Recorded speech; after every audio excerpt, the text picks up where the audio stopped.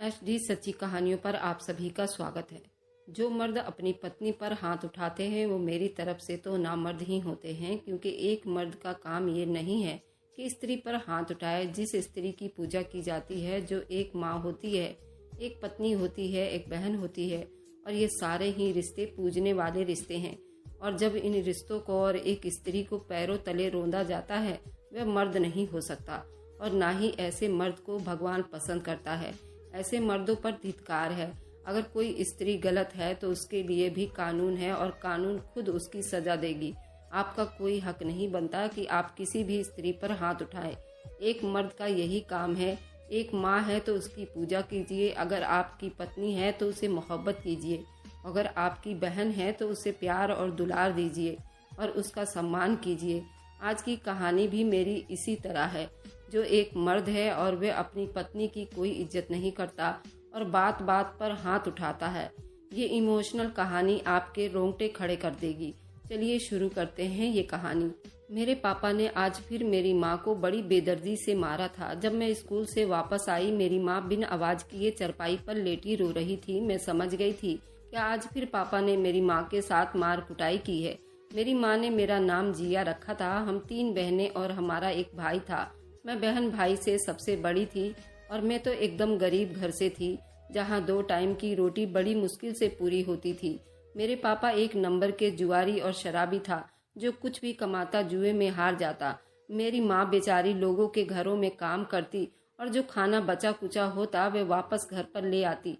यूँ हमें 2 टाइम का खाना अच्छे से मिल जाता था। मम्मी इतनी मेहनत कर रही थी, उसके बावजूद तनख्वाह बिल्कुल मामूली सी थी। और उसके बाद मेरे पापा जुआरी, जो मेरे माँ को बहुत परेशान करता था और बड़ी निर्दय से मारता था।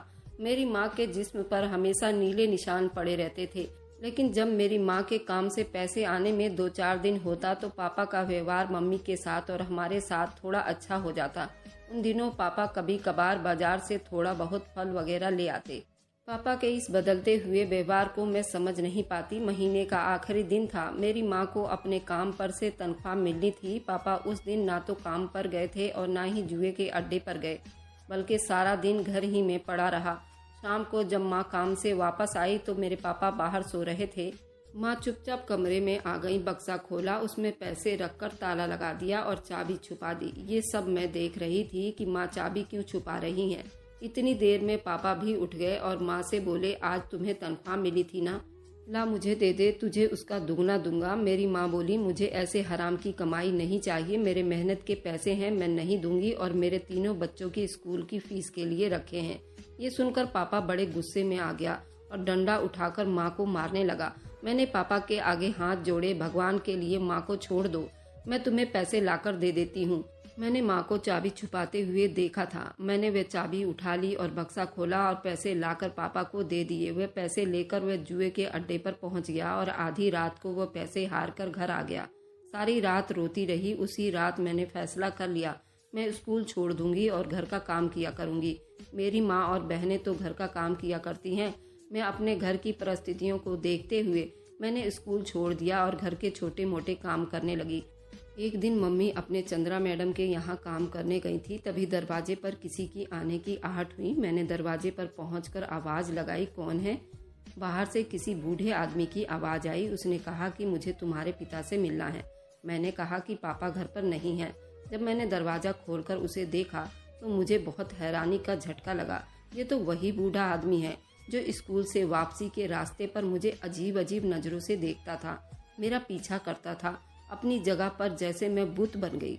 वह तो भगवान की कृपा थी। इतने में मेरी माँ भी आ गई थी। माँ ने मुझे कहा, तुम अंदर जाओ। मैं अंदर आ गई और माँ ने दरवाजा बंद कर दिया। मैंने माँ से पूछा, ये बूढ़ा आदमी कौन था? माँ बोली, ये भी जुआरी था जो तेरे पापा के साथ जुआ खेलता है। मैंने अपनी माँ से ये बात छुपाई। ये बूढ़ा आदमी, जिसका नाम रामलाल था, स्कूल से वापस पर मुझे गंदी नजरों से देखता था और मेरा पीछा करता था। एक दिन पापा को ना तो काम मिला और न घर में कोई पैसा और न सामान था जिसे बेचकर वे अपने जुए का नशा पूरा करते। पापा ने मेरी माँ के दहेज का सारा सामान बेच दिया था और जुए में सब कुछ हार गए थे। मेरे पापा को समझाती तो समझाने के बजाय पापा मम्मी पर भड़क उठता था। मेरे पापा मेरे नाना के दोस्त के लड़के थे। शादी से पहले अच्छा कमाते थे। शादी के बाद बुरे दोस्तों की आदत में बैठकर जुआरी बन गए थे। वे अपने बाप दादा की सारी जमीनें और सब कुछ बेचकर जुए में हार गए थे। उस दिन पापा सारा दिन मारे मारे फिर रहे थे, लेकिन पापा के हाथ में कोई ऐसी चीज नहीं लगी जिसे बेचकर पापा जुआ खेलते। जब पापा को कुछ ना मिला तो पापा घर से निकलकर गली के नुक्कड़ पर जहां वे जुआ खेलते थे वहां जाकर बैठ गए। जब दोस्तों ने कहा कि आओ बाजी लगाओ तो पापा बोले, आज मेरे पास कोई पैसा नहीं है रामलाल। रामलाल बोला कि तुम बाजी लगाओ, मैं पैसे दूंगा, बाद में तुम मेरे पैसे वापस कर देना। पापा तो पहले ही पैसों के लिए मारे मारे फिर रहे थे। पापा ने झट से हाँ कर दी और रामलाल से पैसे लेकर बाजी लगा दी और बाजी हार गए। यूं रामलाल के कर्जदार हो गए। अब रामलाल से पैसे लेकर जुआ खेलते और हार जाते। देखते ही देखते पापा के ऊपर रामलाल के 2 लाख का कर्जा हो गया था। अब पापा जुआ खेलने नहीं जाते थे, बल्कि अब रामलाल रोज अपने पैसे लेने हमारे दरवाजे पर आता और रोज पापा से झगड़ा करके जाता। पापा सारा गुस्सा माँ बेचारी पर निकालते। आज ना जाने जब मेरे पापा घर आए वह बड़ी चुप थे। माँ को कमरे में बुलाया और माँ से बोले कि मैंने जिया का रिश्ता तय कर दिया है। ये सुनकर माँ के पैरों तले से जमीन निकल गई। माँ रोते हुए पापा को बोली, भगवान का डर नहीं है तुम्हारे अंदर? मेरी बेटी पर जुल्म मत करो, अभी बहुत छोटी है। रामलाल इतना ज्यादा उम्र का है। पापा बोले, तुम फिक्र ना करो, हमारी बेटी राज करेगी। रामलाल बहुत पैसे वाला आदमी है, ना कोई उसके आगे है ना कोई पीछे है। एक पत्नी है, वह भी बांझ है, और फिर औलाद के लिए शादी कर रहा है। औलाद हुई तो हमारी बेटी उसके घर की रानी हो जाएगी। लेकिन माँ किसी हाल भी नहीं मान रही थी। पापा को भगवान के वास्ते दिए जा रही थी, लेकिन पापा तो जुबान दे चुका था। ये तो 2 लाख रुपए वापस करेंगे या फिर 3 दिन के बाद अपनी बेटी से रामलाल की शादी करवाएंगे। जब माँ ना मानी तो पापा ने कहा कि एक शर्त पर तुम्हारी बेटी की शादी रुक सकती है। तुम 2 लाख रुपए रामलाल को दे दो, रुपए उसके वापस कर देता हूँ जो कि मैंने उससे कर्ज ले रखा है और जुए में हार गया हूँ। मेरी माँ का तो जैसे दिमाग ही काम करना छोड़ दिया था। माँ समझ ही नहीं पा रही थी क्या करूँ, कैसे अपनी नन्ही कली को बचाऊं। माँ उठी और भागते हुए चंद्रा मैडम के घर पहुँच गई और उससे कहा कि मुझे 2 लाख रुपए की जरूरत है, आप मुझे दे दीजिए और मेरी हर महीने की तनख्वाह आप रख लीजिए। चंद्रा मैडम बोली, इतनी बड़ी रकम मैं कहाँ से दूंगी? अगर मैं तुमको कहीं से लेकर दे भी दूं तो तुम्हारी सारी जिंदगी कर्ज उतारने में निकल जाएगी। माँ रोते हुए घर वापस आई और मुझे गले लगाकर रोने लगी। मैं बोली, मम्मी क्या बात है, क्यों रो रही हो? माँ बोली, कुछ नहीं, बस दिल भारी हो रहा था, मैं समझ गई थी। माँ क्यों रो रही है? क्योंकि मैंने माँ और पापा की सारी बातें सुन ली थी, किसी हद तक समझ भी गई थी। पापा की सजा मुझे मिलने वाली थी, लेकिन मैं चुप थी। मैं कर भी क्या सकती थी? अगर मना करती तो माँ की तरह पापा मुझे मार डालते, और इस डर से मैं चुप रह गई। और 3 दिन तक माँ बिल्कुल चुप रही, ना कुछ खाया ना कुछ पिया। पापा ने भी उन 3 दिनों में ना माँ पर हाथ उठाया और ना ही माँ से पैसे मांगे। 3 दिन बाद माँ मुझे अंदर कमरे में ले गई और लाल दुपट्टा उड़ा दिया। वह काफ़ी खूबसूरत था और मेरा हाथ थाम लिया और कहने लगी, ये पहन लो, आज तुम्हारी शादी है रामलाल से। मैंने बिना कुछ कहे वह जोड़ा पहन लिया। कुछ देर के बाद पंडित जी आए, मुझे एक साथ कमरे में बिठा दिया, हम दोनों की शादी संपन्न करवा दी। उसके बाद मेरी माँ मेरे गले लिपटकर फूट फूट कर रोने लगी और बोली, मेरी बच्ची मुझे माफ कर दो, मैं तुझे इस दरिंदे बाप से नहीं बचा सकी जो कि जुए में तुझे हार गया है। मैं भी चीख चीख कर रो रही थी और मुझे ये देखकर आज बहुत हैरानी हो रही थी। पापा भी रो रहे थे और हाथ जोड़े मुझसे माफी मांग रहे थे। मैंने पापा के जोड़े हुए हाथों को थाम लिया और जोर जोर से रोने लगी। सबसे मिलने के बाद मुझे गाड़ी में बिठा दिया गया और गाड़ी चल पड़ी। आधे घंटे के बाद गाड़ी रामलाल के घर पर रुकी। दरवाजा खुद खोला, मैं गाड़ी से बाहर निकली। रामलाल बोला, ये तुम्हारा घर है, अंदर चलो। मैं रामलाल के पीछे दरवाजे से दाखिल हो गई। घर काफी साफ सुथरा और बड़े तरीके से था, हर चीज रखी हुई थी। एक कमरे से अचानक एक औरत निकली। रामलाल बोला, ये मेरी पत्नी है, उसका नाम मोहिनी है। रामलाल से उम्र में काफी छोटी दिख रही थी। वह मुझे कमरे में लेकर आ गई और बोली, कपड़े बदल लो, मैं तुम्हारे लिए खाना लेकर आती हूँ। कमरा काफी प्यारा था, जैसा कि मैंने सपने में देखा था। जब मैंने अलमारी खोली तो उसमें काफी ज्यादा कपड़े थे जो कि बहुत खूबसूरत थे। मैंने उनमें से एक जोड़ा निकाला और पहन लिया। थोड़ी देर के बाद रामलाल कमरे में आया। रामलाल को देखते ही मुझे उससे डर लगने लगा। रामलाल बोला, मुझसे डरो नहीं, अब मैं तुम्हारा पति हूँ, मुझसे डरने की जरूरत नहीं है। वह सोफे पर विराजमान हो गया और मुझे बोला, इधर आओ, मेरे पास बैठो। मैं डर के मारे उससे दूर सोफे पर जाकर बैठ गई। मेरे इस व्यवहार पर रामलाल हंसने लगा। उससे पहले कि रामलाल कुछ और कहता, मोहिनी खाने की प्लेट लेकर कमरे में दाखिल हुई। प्लेट टेबल पर रखते हुए बोली, ये लो, खाना खा लो और खाना खाने के बाद आराम कर लो, तुम थक गई होगी। मैंने बोला, मुझे भूख नहीं है। मोहिनी खाना रखने के बाद कमरे से चली गई। रामलाल बोला, इधर आओ, मेरे साथ मिलकर खाना खाओ। मैं बोली, मुझे नहीं खाना, क्योंकि मैं माँ के साथ खाना खाया करती थी। रामलाल बोला, लेकिन आज से तुम मेरे साथ खाना खाया करोगी, क्योंकि अब हमारी शादी हो चुकी है। उसने खाना उठाया और मेरे पास ले आया। मैं भूख ना होने के बावजूद भी थोड़ा सा खाना खाया। रामलाल बोला, जाओ, जाकर सो जाओ। मैं बोली, मैं मोहिनी के पास जाकर सो जाती हूँ। लेकिन रामलाल बोला, नहीं, आज से तुम इधर ही सोया करोगी, ये हमारा कमरा है। जाकर बेड पर लेट गई, लेकिन नींद तो मेरी आंखों से कोसों दूर थी। मुझे माँ की बहुत याद आ रही थी। पता नहीं माँ किस हाल में होगी। फिर मुझे नहीं पता चला कि रात के किस पहर मेरी आंख लग गई और मैं नींद की वादियों में चली गई। मेरी आंख सुबह मंदिर में आरती से खुली थी। ये देखकर मैं दंग रह गई। रामलाल मेरे पैरों में सो रहा था। मैं उठकर नहा धोकर पूजा करने लगी। आंगन में किचन से खाने की खुशबू आ रही थी। किचन की तरफ चल पड़ी। किचन में झांका तो मोहिनी नाश्ता बना रही थी। मैं किचन में चली गई। मोहिनी बोली, तुम यहाँ क्यों आई हो? मैं तुम्हारा नाश्ता तुम्हारे कमरे में ही ले आती हूँ। मैं बोली, मैं यही नाश्ता कर लूंगी। इसी तरह दिन बीत रहे थे और शादी के 2 साल के बाद भगवान ने मुझे चांद से बेटे से मेरी गोद भर दी थी और उसकी पत्नी मोहिनी, दोनों बहुत खुश थे। मोहिनी तो मेरे बेटे को ऐसे प्यार करती थी जैसे कि वह उसका खुद का बेटा हो। बीते हुए दिनों के साथ मेरा बेटा 1.5 साल का हो गया और मैं फिर से प्रेग्नेंट हो गई और फिर मेरी तबीयत काफी खराब होने लगी। रामलाल मुझे डॉक्टर के पास ले जाता। उसकी पत्नी मोहिनी मेरा बहुत ख्याल रखती थी। मेरे देखभाल में कोई कसर नहीं छोड़ती थी। जैसे तैसे करने के बाद मेरा 9वां महीना शुरू हो गया। मेरे यहाँ जुड़वा बच्चों की पैदाइश हुई। रामलाल फूले नहीं समा रहा था।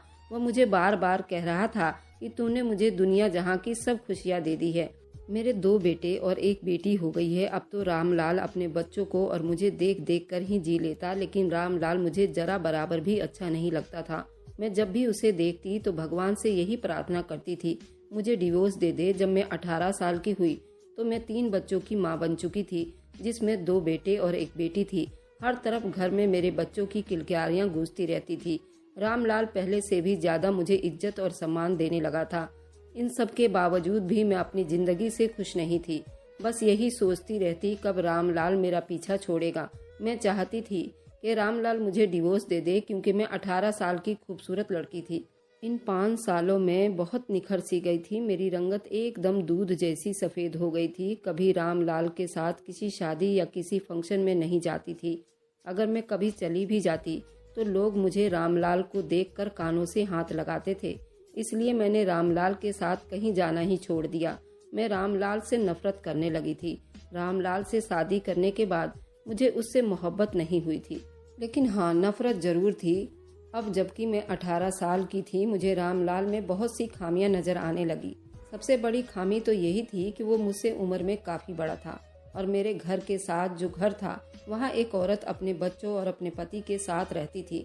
वह अक्सर मेरे घर आया जाया करती थी। एक दिन वह हमारे घर आई और बातों ही बातों में उसने बताया कि फला जगह पर एक दरबार है, वहाँ जो मन्नत मांगोगे वो पूरी हो जाती है। मैंने फैसला कर लिया कि मैं भी वहाँ दरबार पर जाऊंगी और वहाँ जाकर मन्नत मांगूंगी। हो सकता है मेरा रामलाल से पीछा छूट जाए। इसी बारे में रामलाल से बात की तो वह मान गया। अगले ही दिन मैं रामलाल के साथ उस दरबार पर पहुंच गई। दरबार पर बहुत भीड़ था। वहाँ कोई जाना माना हस्ती आ रहा था, लेकिन लंगर बटे जा रहे थे। मैं ये सब पहली बार देख रही थी, क्योंकि मैंने कभी भी माँ को या पापा को दरबार में जाते हुए नहीं देखा था। रामलाल आगे आगे था और मैं उसके पीछे पीछे चल रही थी। यूं रामलाल एक कमरे में दाखिल हुआ और मैं भी उसके पीछे अंदर चली गई। वहाँ एक ऊंचा सा कब्र बना हुआ था, जहाँ काफी लोग खड़े उनके ऊपर बैठे पाठ पढ़ रहे थे। हमने भी वहाँ पाठ पढ़ी और बाहर निकल आए। बाहर लोगों की काफी भीड़ थी। कमरे के साथ एक जाली सी लगी हुई थी, जिसके साथ काफी धागे बंधे हुए थे। रामलाल ने कहा कि उनमें से कोई भी एक धागा खोलो और सामने पीपल का जो पेड़ है उसके साथ बांध दो। और जो मन्नत मांगोगी वह पूरी हो जाएगी। जब मैं जाने लगी तो रामलाल ने कहा, जिया मेरी बात सुनो, तुम क्या मन्नत मांगोगी? मैंने बोली, पता नहीं। तो रामलाल बोला, तुम ये मन्नत मांगना कि हमारे यहाँ एक और बेटा हो जाए, और प्यार भरी नजरों से मेरी तरफ देखने लगा। रामलाल ने कहा, अच्छा जाओ, तुम धागा बांध कर आओ, मैं यहीं तुम्हारा इंतजार करता हूँ। पीपल का पेड़ वहाँ से काफी दूरी पर था। मैं पेड़ के पास गई और पीपल के पेड़ के साथ धागा बांधकर आंखें बंद करके मन्नत मांगी कि रामलाल मुझे डिवोर्स दे दे और मैं अपनी जिंदगी की कुछ खूबसूरत पल मैं किसी जवान लड़के के साथ बिताऊंगी। मन्नत मांगने के बाद जब मैं वापस आने के लिए मुड़ी तो अचानक से मुझे चक्कर आ गया और मैं बेहोश होकर गिर पड़ी। मुझे कोई होश नहीं था कि मैं कहाँ पर पड़ी हूँ। जब मेरी आंख खुली तो मैं खुद को एक महल जैसे कमरे में पाया। धीरे धीरे मुझे होश आ रहे थे। जब मैं पूरे होश में आई तो मैं अपने आजू बाजू में करीब 50 लोगों की भीड़ देखी और वे सारे आदमी थे। उनमें से कुछ डॉक्टर और नौकर भी थे। मैंने उठने की नाकाम कोशिश की। मैं ये सब कुछ समझ नहीं पा रही थी, मेरी तबीयत ऐसे क्यों हो रही है। उनमें से एक नौकर आगे बढ़ा और बोला, मैडम आप आराम कीजिए, आपकी तबीयत ठीक नहीं है। डॉक्टर मेरे पास आया और मुझे इंजेक्शन लगाया। शायद वह इंजेक्शन नींद का था। उस इंजेक्शन के लगने के बाद ही मैं नींद की वादियों में चली गई। उसके बाद जब मैं उठी तो कमरे में कोई भी नहीं था। मैंने कहा कि हे भगवान, मैं कहाँ आ गई हूँ। जब मेरी नजरें कमरे से बाहर निकली तो हैरानी से मेरी आंखें फटी की फटी रह गई। ये तो सच में कोई महल था। इतना खूबसूरत महल मैंने पहले कभी जिंदगी में नहीं देखा था। मैं सोच रही थी कि मुझे यहाँ कौन और क्यों लेकर आया है। मैं उन्हीं सोचों में गुम थी कि एक आदमी की आवाज मेरे कानों से टकराई। जब मैंने मुड़कर देखा तो मेरे सामने एक लंबा चौड़ा 6 फीट का खूबसूरत जवान लड़का खड़ा था, जिसकी आंखें मोटी थी। मुझे देखते ही ऐसे लगा जैसा कि वह मेरे सपनों का राजकुमार हो। वह बोला, आपकी तबीयत कैसी है? मैं बोली, ठीक हूँ। तुम कौन हो और मुझे यहाँ क्यों लेकर आए हो? वह बोला, मैं तुम्हारे सपनों का शहजादा हूँ। मैं बोली, शहजादा? वह बोला, हाँ। जब मैंने तुम्हें पहली बार देखा था तो मैं अपना दिल तुम पर हार बैठा था, क्योंकि तुम बहुत खूबसूरत हो। क्या तुम मुझसे शादी करोगी? मैं सोच रही थी क्या बोलूं। क्या उसे सच बता दूं कि मैं पहले से शादीशुदा हूं और मेरे 3 बच्चे हैं। उससे पहले कि मैं कुछ बोलती वहां 2 नौकर आए और बोले, सर नाश्ता तैयार है। उसने हाँ में सिर हिलाया और वे चले गए। उनके जाने के बाद वे बोला, मेरा नाम राजेंद्र है। मैंने तुम्हें पहली बार एक शादी में देखा था। शायद तुम अपने माँ बाप के साथ शादी में आई थी। मैंने पहली नजरों में ही तुम्हारा दीवाना हो गया था। उस दिन ही डिसाइड कर लिया था कि मैं तुमसे ही शादी करूंगा। मैं तुमसे मिलने के लिए तुम्हारे ओर जा रहा था कि अचानक मुझसे मिलने मेरा एक दोस्त आ गया। उससे मिलने के बाद मैंने तुम्हें काफी ढूंढा, लेकिन तुम मुझे कहीं नजर नहीं आई। उस दिन से मैं तुमसे चुप से ही मोहब्बत करने लगा हूँ। तुम्हारा कोई पता भी नहीं था जिसके निशान पर मैं तुम्हें ढूंढ सकता। एक दिन मैं दरबार में मिन्नत मांगने गया था कि तुम मुझे मिल जाओ। तभी मैं दरबार के अंदर ही गया था कि मैंने लोगों का भीड़ देखा। जब मैं उस भीड़ के पास जाकर देखा तो तुम मुझे वहाँ पर बेहोश मिली। मैंने जल्दी से आगे बढ़ा, तुम्हें अपने बाजू में उठाया और गाड़ी में लिटाकर अपने घर ले आया। मैं सोच भी नहीं सकता था कि मेरी मुराद इतनी जल्दी पूरी हो जाएगी और तुम मुझे दोबारा मिल जाओगी। मैं सोच रही थी शायद मेरी भी तो मुराद पूरी हो गई है। अब मैं रामलाल से डिवोर्स लेकर राजेंद्र से शादी कर लूंगी। मैं इन्हीं सोचों में गुम थी कि राजेंद्र ने कहा, चलो आओ नाश्ता कर लो, फिर मुझे ऑफिस के लिए भी तो निकलना है। हम नाश्ते के टेबल पर गए। मैं हैरानी से टेबल पर लगे नाश्ते को देख रही थी। इससे पहले मैंने ऐसा नाश्ता कभी नहीं देखा था और ना ही खाया था। राजेंद्र बोला, नाश्ता करो। राजेंद्र नाश्ता करने के बाद ऑफिस जाने के लिए खड़ा हो गया और बोला, शाम को तैयार रहना, मैं तुम्हें तुम्हारे घर छोड़कर आऊंगा और तुम्हारे माँ बाप से तुम्हारा रिश्ता मांग लूंगा, क्योंकि ना तो इस दुनिया में मेरे माँ बाप हैं और ना ही कोई बहन भाई जो ये काम करेगा। मैं चुप रही। राजेंद्र ऑफिस के लिए निकल गया।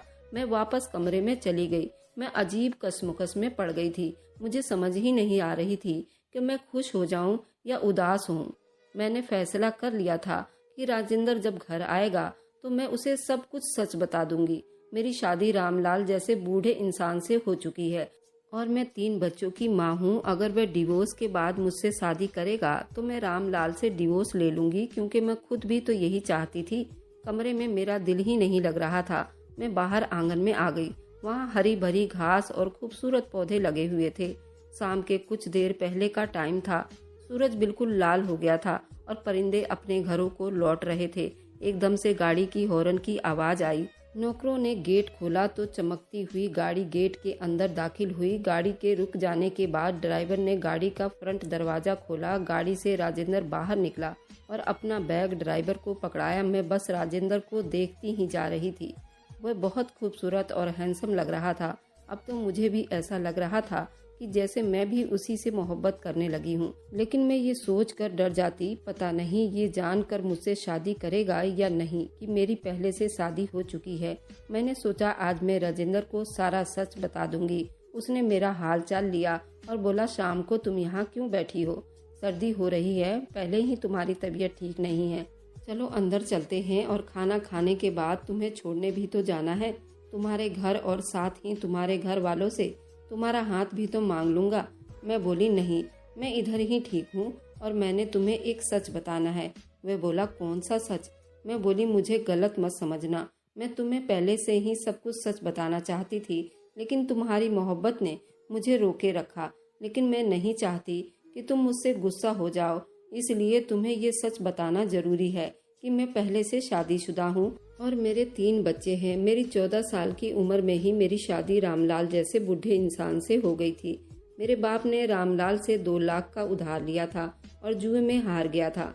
मेरे बाप ने रामलाल के कर्ज उतारने के चक्कर में मेरी शादी रामलाल से कर दी थी। या तो मेरा कर्ज उतार दो या अपनी बेटी की शादी मुझसे कर दो। मेरी शादी रामलाल से हो गई थी। मैं ना चाहते हुए भी उसके साथ विदा हो गई थी। शुरू से ही रामलाल मुझे नहीं पसंद था।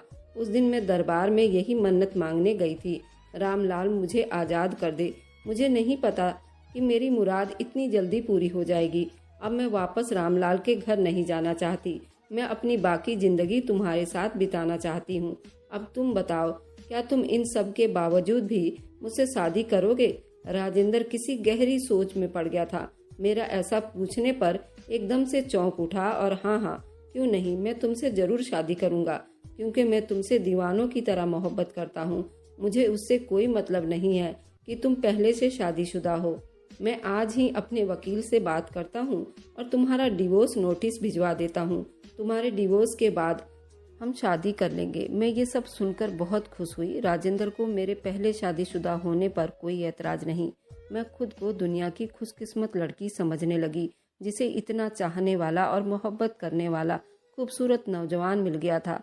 बातें करते करते रात काफ़ी गहरी हो गई थी। खाना खाने के बाद मैं अपने कमरे में चली गई। सोने के लिए लेटी ही थी। मेरे कानों में ऐसे जैसे किसी बच्चे की रोने की आवाज़ गूंज रही हो। मैं एकदम से उठ बैठी, अपने आजू बाजू देखने लगी, लेकिन वहाँ तो कोई बच्चा ही नहीं था। भागते हुए बाहर हॉल में आई। मैं पागलों की तरह इधर उधर देख रही थी, लेकिन यहाँ कोई बच्चा नहीं था। मैं वापस कमरे में चली गई और सोचने लगी कि मुझे ऐसा क्यों महसूस हो रहा है। मुझे ऐसा लग रहा था जैसे मेरी छोटी बेटी रो रही हो और रो रो कर मुझे बुला रही हो। मुझे मेरे बच्चों की याद बहुत सता रही थी। मेरा जी कर रहा था मैं किसी तरह अपने बच्चों के पास चली जाऊं। मुझे अपने बच्चों की जुदाई बर्दाश्त नहीं हो रही थी और मैं उनसे मिलने के लिए बहुत बेचैन थी। जैसे तैसे करके रात हो गई। सुबह होते ही राजेंद्र के कमरे में गई, दरवाजा नॉक किया और उससे परमिशन लेने के बाद अंदर आ गई। मैं राजेंद्र से बोली कि मुझे मेरे बच्चों से मिलना है। मैं जोर जोर से रोई जा रही थी। राजेंद्र बोला कि रामलाल के बच्चे हैं, तुम्हें उनसे मिलने की कोई ज़रूरत नहीं है। वैसे भी शादी के बाद मैं तुम्हें उनसे मिलने की परमिशन नहीं दूंगा। मैं बोली, मेरे भी तो बच्चे हैं और मैं उनके बगैर नहीं रह सकती। राजेंद्र बोला, तुम मुझे छोड़ दो या बच्चों को छोड़ दो, फैसला तुम्हारा है, मगर फैसला करते टाइम ये बात दिमाग में रखना, मैं तुमसे बहुत प्यार करता हूँ और ये ऐश और आलीशान बंगला रामलाल के यहाँ नहीं मिलेगी। मैं शाम को तुम्हारे फैसले का इंतजार करूँगा। मैं कुछ सोचे समझे बगैर राजेंद्र से कहा कि मुझे अपने घर जाना है, अपने बच्चों के पास। प्लीज मुझे ड्राइवर से कहकर मेरे घर भिजवा दो। तुम्हें तो जिंदगी में कोई भी अच्छी लड़की मिल सकती है। ड्राइवर के साथ मैं अपने घर आ गई। जब मैं घर में दाखिल हुई तो मेरे बच्चे मुझसे लिपट गए। मैं 1 हफ्ते के बाद घर आई थी। मुझे यूं लग रहा था जैसे मुझे अपने बच्चों से मिले हुए बरसों हो गई हो। इतने में रामलाल भी उधर आ गया। बोला, जिया तुम कहाँ चली गई थी? मैंने तुम्हें कहाँ कहाँ नहीं ढूंढा। मैं बोली, मैं दरबार में ही बेहोश हो गई थी, मुझे माफ कर दीजिए। आपसे छुटकारा चाहिए था, लेकिन मेरे बच्चों की मोहब्बत और मेरे पति की मोहब्बत मुझे यहाँ तक ले आई। रामलाल बोला, मुझे यकीन था तुम जरूर वापस आओगी, क्योंकि माँ की ममता ऐसी होती है जो अपने बच्चों के बगैर एक मिनट भी नहीं रह सकती। आज मैं अपनी जिंदगी में बहुत खुश हूँ और तसल्ली में भी हूँ। मेरे बच्चे जवान हो गए हैं और अपनी अपनी जिंदगी में बिजी हैं। रामलाल को गुजरे वर्ष हो गए हैं और मैं अकेली हो गई हूँ।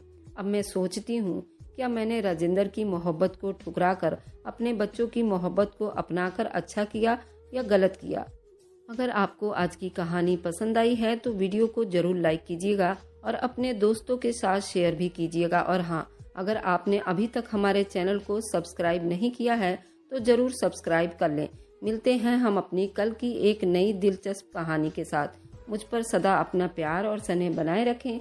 सभी को मेरा प्यार भरा नमस्कार दोस्तों।